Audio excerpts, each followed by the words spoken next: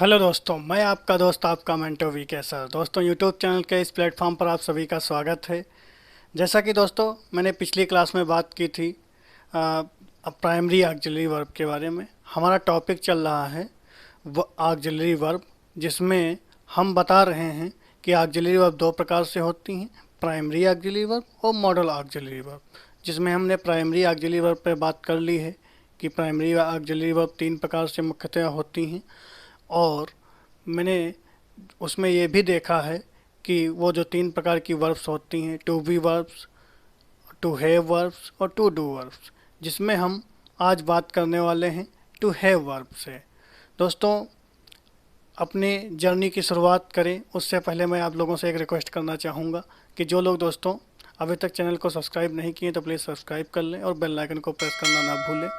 और दोस्तों, जो लोग हमसे नए जुड़ रहे हैं या जुड़े हैं दोस्तों, तो उनसे मेरी एक रिक्वेस्ट रहेगी यही कि आप हमारे प्ले लिस्ट में जा कर के, यूट्यूब चैनल के प्ले लिस्ट में आपको सारी क्लासें मिल जाएंगी और जा कर के हमारी सारी वीडियो देख लीजिएगा। क्योंकि अब अगर पीछे से देख के आएंगे तो आपको बहुत अच्छा और समझ में आएगा।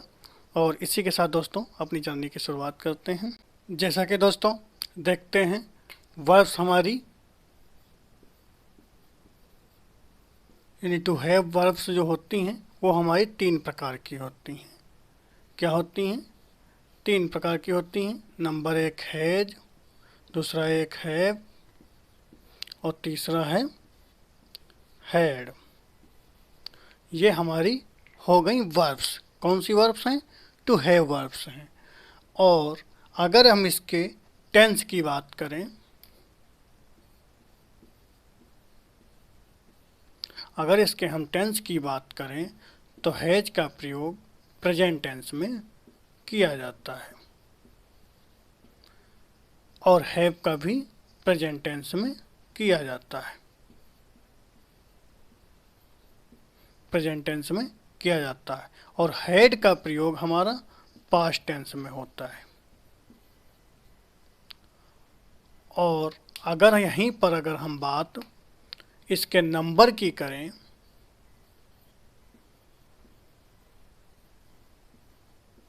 इसके नंबर की करें तो दोस्तों नंबर हमारा देखते हैं हैज का प्रयोग प्रेजेंट टेंस में सिंगुलर नंबर में किया जाता है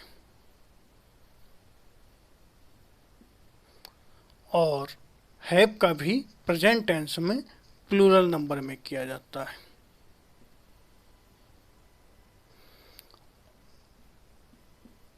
और अगर हैड की बात करें तो हैड का पास्ट टेंस में सिंगुलर एवं प्लूरल दोनों में किया जाता है। यहाँ तक हम समझ लिए होंगे। अब हम हेडिंग बनाएं टू हैव वर्ब।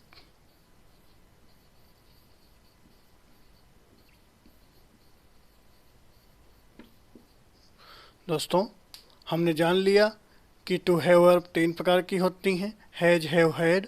टेंस की बात करें तो हैज, हैव का प्रेजेंट टेंस में प्रयोग किया जाता है और हैड का प्रयोग पास्ट टेंस में किया जाता है। अगर नंबर की बात करें तो हैज का प्रयोग सिंगुलर नंबर में किया जाता है, जबकि हैव का प्रयोग प्लूरल नंबर में किया जाता है।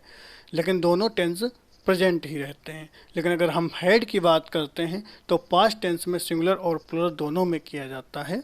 आप लोग हेडिंग डालिए टू हैव वर्ब्स। दोस्तों, आगे हम देखते हैं कि यूज ऑफ वर्ब में अगर हम बात करें तो इसके यूज निम्नलिखित हैं। जैसे कि अगर देखें, यूज वर्ब्स, हैव वर्ब्स का प्रयोग अगर प्रेजेंट, हैव वर्ब्स का प्रयोग परफेक्ट टेंस में अर्थात किसी कार्य के कंप्लीट होने का भाव की में किया जाता है एवं इसके साथ हमेशा V3 का प्रयोग किया जाता है। यानी प्रेजेंट, अगर हम हैज, हैव, हैड की बात करें तो हम क्या देखते हैं, परफेक्ट टेंस में इसका प्रयोग किया जाता है और इसका मतलब होता है कि किसी कार्य के कंप्लीट होने का भाव यह प्रकट करता है। यानी कोई कार्य पहले से कंप्लीट हो चुका है उसके लिए हम देखेंगे कि प्रेजेंट परफेक्ट, क्योंकि जब कंप्लीट होता है तो हम प्रेजेंट परफेक्ट का यूज करते हैं, और जब प्रेजेंट परफेक्ट का यूज करते हैं तो दोस्तों हम वर्ब की V3 का प्रयोग करते हैं। जैसे कि दोस्तों अगर हम इसके स्ट्रक्चर की बात करें तो सब्जेक्ट, हैज, हैव, हैड, ये हमारी हैव वर्ब से हो गई, प्लस V3 प्लस ऑब्जेक्ट, यानी ये हमारा स्ट्रक्चर किस चीज़ को दर्शाता है? परफेक्ट एक्शन को दर्शाता है। और अगर हम इसके एग्जाम्पल की बात करें, सभी छात्र इस परीक्षा में शामिल हो चुके हैं, तो यानी चुके हैं। दोस्तों हम जब आपको टेंस पढ़ाएंगे उसमें जब प्रेजेंट परफेक्ट बताएंगे तो हम उसमें बताएंगे जिन हिंदी वाक्यों के अंत में चुके हैं, चुका है, चुके हैं, मतलब इस तरह से लिया है, किया है, तो इस तरह से जब अगर हमको देखने को मिलेगा और अगर है लगा है तो यानी हम समझ जाएंगे कि ये कार्य वर्तमान में हो रहा है, यानी प्रेजेंट में हो रहा है, तो हम प्रेजेंट के हिसाब से इसको बनाएंगे। जैसे कि दोस्तों सभी छात्र, ऑल स्टूडेंट,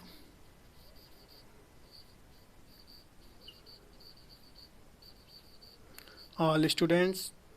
अब हम क्या करेंगे, अगर देखते हैं ये हमारा ऑल स्टूडेंट सब्जेक्ट है जो हमारा प्लूरल है, और जब प्लूरल है तो हम प्लूरल क्या करेंगे, हम V3 का हैव का प्रयोग करेंगे। हमने पीछे बताया है कि हैज का हमेशा सिंगुलर नंबर में प्रयोग करते हैं और हैव का हमेशा प्लूरल नंबर में प्रयोग करते हैं, तो हम यहाँ पर हैव लगा देंगे, हैव लगा दिया। अब हमारी इसमें वर्ब क्या है, शामिल होना, यानी अपीयर होना, अपीयर होना। अब हमारा ये हो गया अपीयर, और हमारा जब देखते हैं परफेक्टिव एस्पेक्ट जब होगा तो V3 का प्रयोग होगा, तो हम अपीयर को क्या करेंगे, ED लगा के अपीयर्ड कर देंगे। और अब हमारा क्या हो गया, सभी छात्र यानी all students have appeared, appeared किसमें, इन दिस एग्जाम, यानी इस परीक्षा में, इन दिस एग्जाम। दोस्तों क्या देखें हम कि ऑल स्टूडेंट हमारा प्लूरल है, इसलिए हमने प्लूरल वर्ब का प्रयोग किया, हेल्पिंग वर्ब का। और जब हम प्लूरल हेल्पिंग वर्ब का प्रयोग किया और फिर आगे क्या देखते हैं, V3 का प्रयोग करना, अपीयर माने होता है शामिल या शामिल होना, तो हम देखेंगे कि V3 का प्रयोग करते हैं तो हम अपीयर का अपीयर्ड कर दें, इन दिस एग्जाम क्या हो गया, इस परीक्षा में शामिल हैं, हो चुके हैं। इसी तरह दोस्तों दूसरा हम वाक्य अगर देखें, सभी छात्र अपने अधिकारों को जान चुके हैं, यानी all students,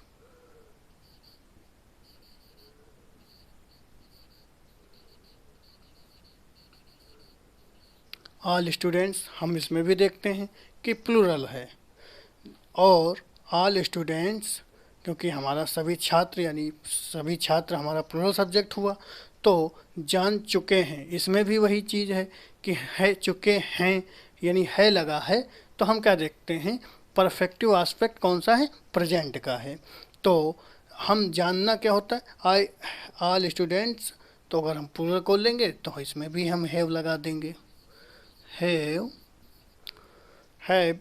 all students have. जानना क्या क्या होता है, नो,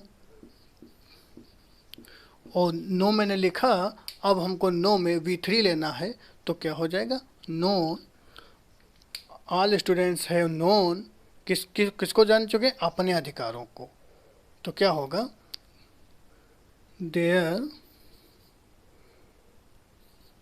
राइट्स,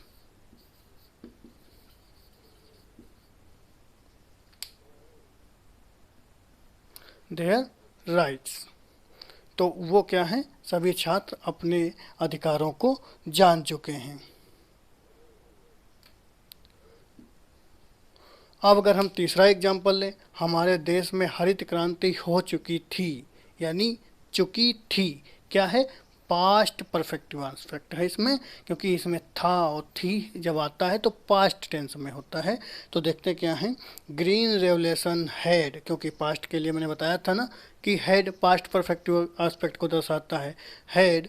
और बीकम मतलब बी की थर्ड फॉर्म बिकम होता है, बी बीन बिकम, तो बिकम बिकम या मेटेरियलाइज्ड दोस्तों, बिकम या मेटेरियल इसके मतलब होता है कार्यान्वित होना, और इसका मतलब होता है घटित होना। तो आप अगर इसको लगाएंगे तो ज़्यादा बेटर होगा, क्योंकि कार्य हरित क्रांति जो हुई थी इसमें कार्य कार्यान्वित हुआ था।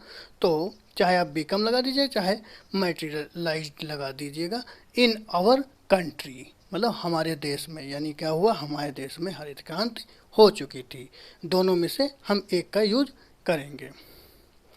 सभी गांव वाले अपने अपने अधिकारों के प्रति जागरूक हो चुके थे, यानी सभी गांव वाले अपने अपने अधिकारों के प्रति जागरूक हो चुके थे, यानी हो चुके थे। क्या देखते हैं, परफेक्टिव एस्पेक्ट, और कौन सा, पास्ट वाला। तो हम क्या लगाएंगे, ऑल विलेजर्स हैड, क्योंकि पर्सपेक्टिव एस्पेक्ट में हैड का भी प्रयोग करते हैं।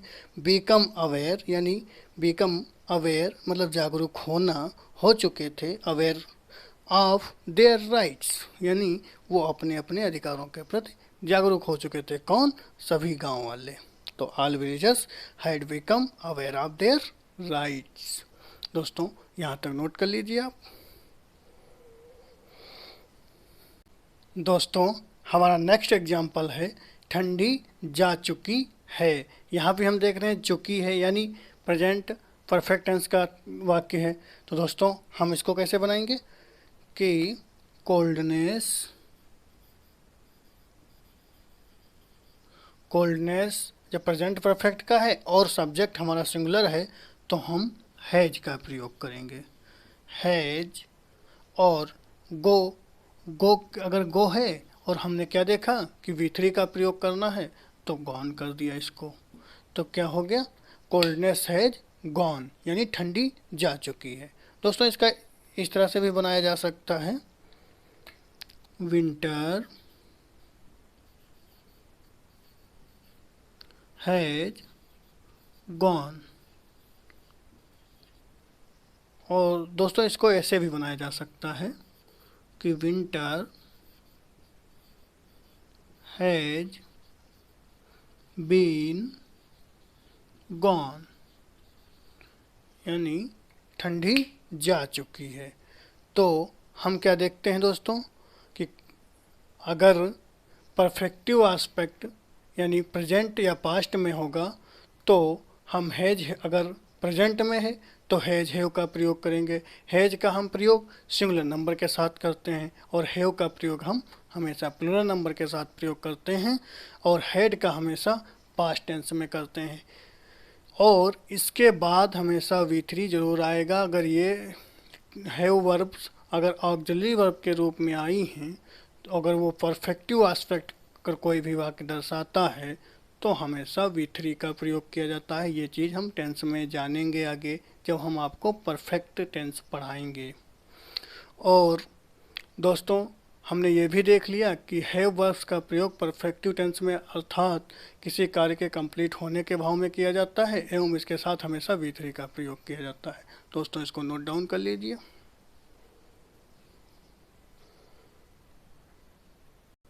दोस्तों हमने यूज 1 देख लिया जिसमें हम समझ लिए हैं। अब हम यूज 2 की बात करने वाले हैं। यूज 2 में दोस्तों क्या होता है कि जब हैव वर्ब्स के पश्चात इन्फिनेटिव का मतलब अगर कह दें तो टू का प्रयोग आता है तो इसके द्वारा ऑब्लिगेशन यानी अनिवार्यता, कंपल्सन यानी बाध्यता और नेसेसिटी यानी आवश्यकता का भाव प्रकट होता है। एवं ऐसे हिंदी वाक्यों के अंत में हमको क्या देखने को मिलेगा, पढ़ता है, पढ़ता था, पढ़ा है या पढ़ा था इत्यादि शब्द आते हैं तो या इत्यादि शब्दों का देखने को मिलता है। तो हम इन सेंटेंसों को कैसे बनाएंगे दोस्तों, इसका स्ट्रक्चर हम देख लेते हैं। Subject plus to have verb यानी has have had plus infinitive. Infinitive की जब भी बात करें तो इन्फिनेटिव टू आता है। और जब दोस्तों इन्फिनेटिव किसी क्रिया से पहले लग जाता है तो वो क्रिया अपने बेस फॉर्म में आ जाती है, यानी V0 का फॉर्म यूज किया जाएगा और प्लस ऑब्जेक्ट। दोस्तों अगर एग्जाम्पल की बात करें दोस्तों, जैसे सभी छात्रों को परीक्षा की तैयारी करना पड़ता है, यानी क्या देखा, पड़ता है लगा तो यानी प्रेजेंट परफेक्ट का टेंस का मतलब यूज है। तो ऑल स्टूडेंट्स हैव टू लग गया, have to get preparation of exam. इसी तरह दूसरा देखें, हम सभी को बड़ों का सम्मान करना पड़ता है। तो देखो we all have to respect of elders, यानी हमको क्या करना पड़ता है, we all have to respect of elders, यानी बड़ों का सम्मान करना पड़ता है। दोस्तों इसको नोट कर लीजिए और हम फिर एक आध और एग्जाम्पल बता दें।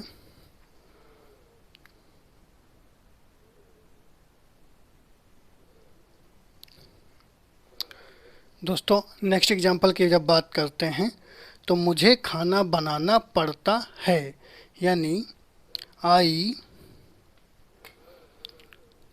हैव टू मेक फूड, यानी हमें खाना बनाना पड़ता है, उसे मेरा इंतज़ार करना पड़ा है। ही हैज टू, हैज दोस्तों इसलिए है क्योंकि ये सिंगुलर है, ही हैज टू वेट, किसका, फॉर मी, मेरे लिए इंतज़ार करना पड़ता है उसको, यानी उसे मेरा इंतज़ार करना पड़ा है।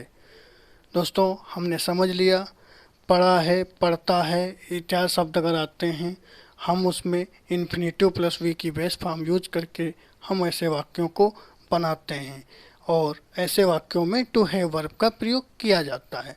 दोस्तों इसका नेगेटिव दो तरह से बनता है, आप लोग इसको नोट डाउन कर लीजिए फिर नेगेटिव बताएं। दोस्तों इसका नेगेटिव दो तरह से बनता है, जैसे subject plus has, have, had plus not plus infinitive plus verb plus object. तो दोस्तों हम क्या देखते हैं, इन्फिनेटिव मतलब इन्फिनेटिव टू ही आएगा। और दूसरे में हम क्या देखेंगे, subject plus do does did plus have. और हाँ एक चीज़ हमेशा याद रखना है कि सब्जेक्ट चाहे सिंगुलर हो या प्लूरल हो, लेकिन यहाँ पर हमको हैव ही आना है, रखना है, ठीक है दोस्तों। और have plus infinitive plus object. Example के तौर पर देखते हैं कि मुझे बाहर नहीं जाना पड़ता है, तो I have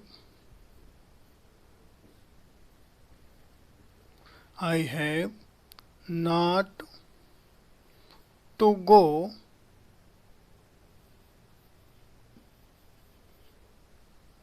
I have not to go out। तो ये क्या हो गया, I have not to go out।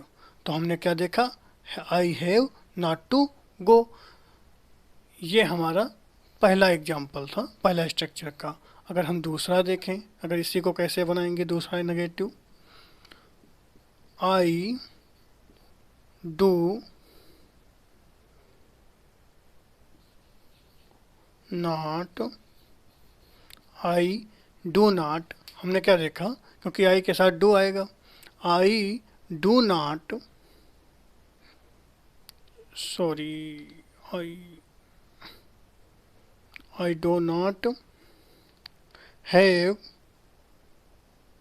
To, I do not have to go out. दोस्तों यहाँ पर नॉट लगा लीजिएगा।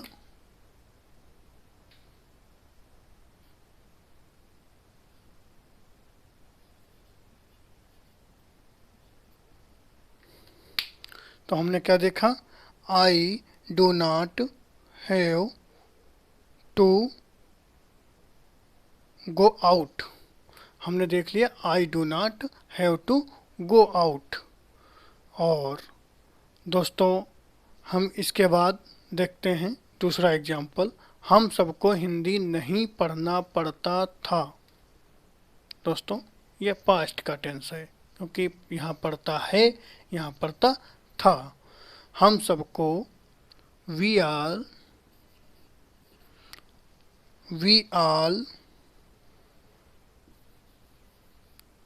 तो हम पास्ट के लिए क्या लगाएंगे, हैड। वी आल हैड, नहीं पढ़ना पड़ता तो आल हैड नॉट, और नॉट के बाद क्या आएगा, इन्फिनेटिव, तो हम लगा दिया infinitive to. We all had not to read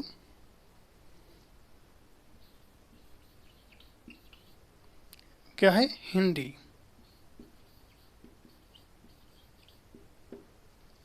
we all had not to read Hindi. और अगर हम इसका दूसरा तरह से बनाएं तो कैसे बनाएंगे नेगेटिव इसका, तो वी आल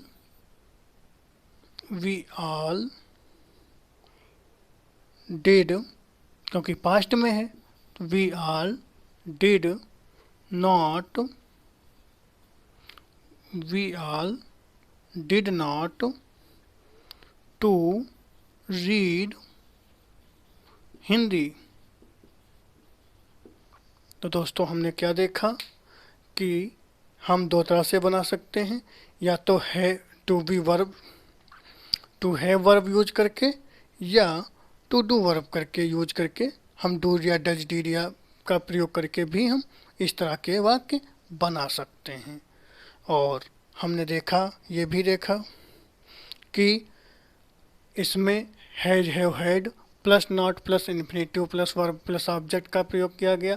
इसमें ऑब subject do does did plus not plus have plus infinitive plus object का प्रयोग करके भी दो तरह से सेंटेंस बनाए जा सकते हैं।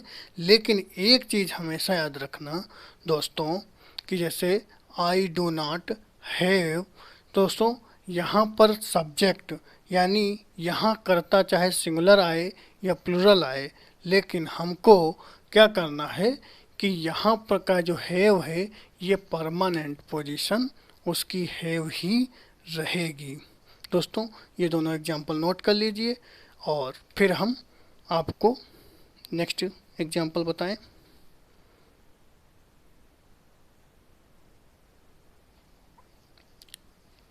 दोस्तों नेक्स्ट एग्जाम्पल हमारा है, उसे बस का इंतज़ार नहीं करना पड़ता है। तो क्या देखते हैं, he has not to wait for bus. तो दोस्तों he has not to wait for bus, अगर दूसरी तरीका से अगर बनाएं हम तो दूसरी तरीका हमारा क्या है, he does not have to wait for bus. तो हमने क्या लगाया, ही डज नॉट, क्योंकि डज इसलिए आया क्योंकि यह सिंगुलर है ही, तो ही डज नॉट, क्योंकि हम इसको प्रेजेंट इंडेफिनिट में आपको पढ़ाएंगे आगे। He does not have to wait for bus, यानी उसे बस का इंतज़ार नहीं करना पड़ता है। दोस्तों हम फिर से बता दें कि हैव यहाँ पर ही सब्जेक्ट क्या है, हमारा सिंगुलर है, लेकिन तब भी यहाँ हैव हमको देखने को मिलता है। और रेनू को बाहर अकेले नहीं जाना पड़ता है, यानी Renu had not to go out alone, यानी उस रेनू को बाहर अकेले नहीं जाना पड़ता है।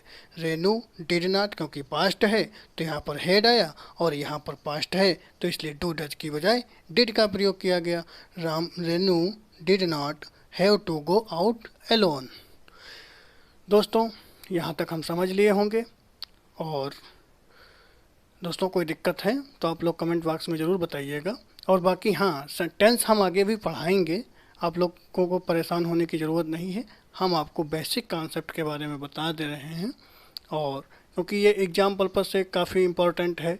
और दोस्तों होता क्या है, कभी इस तरह से बना करके यहाँ पर हैव की जगह हैज कर देगा, और इस तरह से दिक्कत गलतियां कर देगा और जल्दी पकड़ में नहीं आती हैं। इसलिए दोस्तों समझने के लिए हमको थोड़ा पढ़ना पड़ता है, और इतना नोट डाउन कर लीजिए।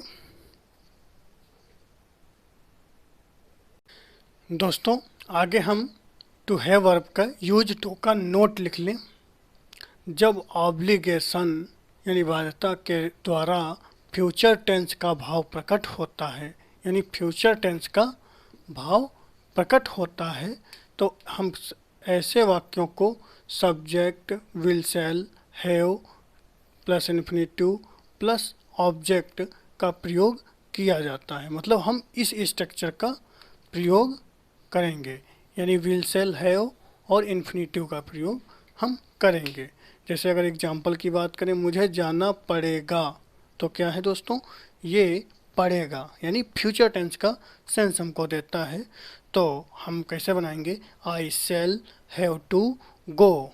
अगर नेगेटिव की बात बोलें, I shall not have to go. आपको थोड़ी देर रुकना पड़ेगा, you will have to wait a minute, यानी you will have, you will. दोस्तों हम इसका फ्यूचर जब टेंस पढ़ाएंगे तब बताएंगे कि आई और वी के साथ सेल का प्रयोग किया जाता है, बाकी ही, सी, इट और सबके साथ विल का प्रयोग किया जाता है। लेकिन जब यू के साथ हम सेल का प्रयोग करते हैं तो हम क्या किसी स्ट्रेस डालते हैं या किसी बात पर जोर देते हैं, तब हम इसको इन्वर्ट करते हैं, यानी पर यह एक दूसरे की पोजीशन पर रखते हैं। हम उसको फ्यूचर टेंस में इसके विस्तार से बात करेंगे। आपको थोड़ी देर रुकना पड़ेगा, you will have to wait a minute. दोस्तों जब ऐसे वाक्य आते हैं तो इसमें कुछ ना कुछ टाइम हमको ज़रूर देना होता है जब हम वाक्य को बोलते हैं। तो दोस्तों देखा, you will have to wait a minute, और हमने समझ लिया होगा कि जब ऑब्लिगेशन का भाव प्रकट होता है, फ्यूचर टेंस ऑब्लिगेशन के द्वारा फ्यूचर टेंस का भाव प्रकट होता है, तो हम इस स्ट्रक्चर का फॉलो करते हैं, यानी विल, शैल, यानी डू, डज और हैव, हैज का प्रयोग करते थे, मतलब डू, डज, डिड का प्रयोग करते थे, उसकी जगह पर विल, शैल का प्रयोग करके have plus infinitive plus object का प्रयोग किए हैं। और यहाँ तक हम समझ लिए होंगे। नेक्स्ट हम हेडिंग बना लें, टू हैव वर्ब का यूज 3। आगे हम पढ़ाएंगे यूज 3। दोस्तों आज हम अपनी क्लास को यहीं पर विराम देते हैं। अगर दोस्तों क्लास अच्छी लग रही हो तो प्लीज़ लाइक करिएगा, और हाँ दोस्तों, जो लोग अभी भी सब्सक्राइब नहीं किए तो प्लीज़ सब्सक्राइब कर लें और बेल आइकन को प्रेस करना ना भूलें। और दोस्तों प्लेलिस्ट में जाकर के वीडियो सारे देख लीजिएगा, आपको काफ़ी ज़्यादा उसका बेनिफिट मिलेगा और आगे अच्छे से समझ में भी आने वाला आएगा। और इसी के साथ हम अपनी क्लास को यहीं पर विराम देते हैं। Thanks for watching this video and till then take care.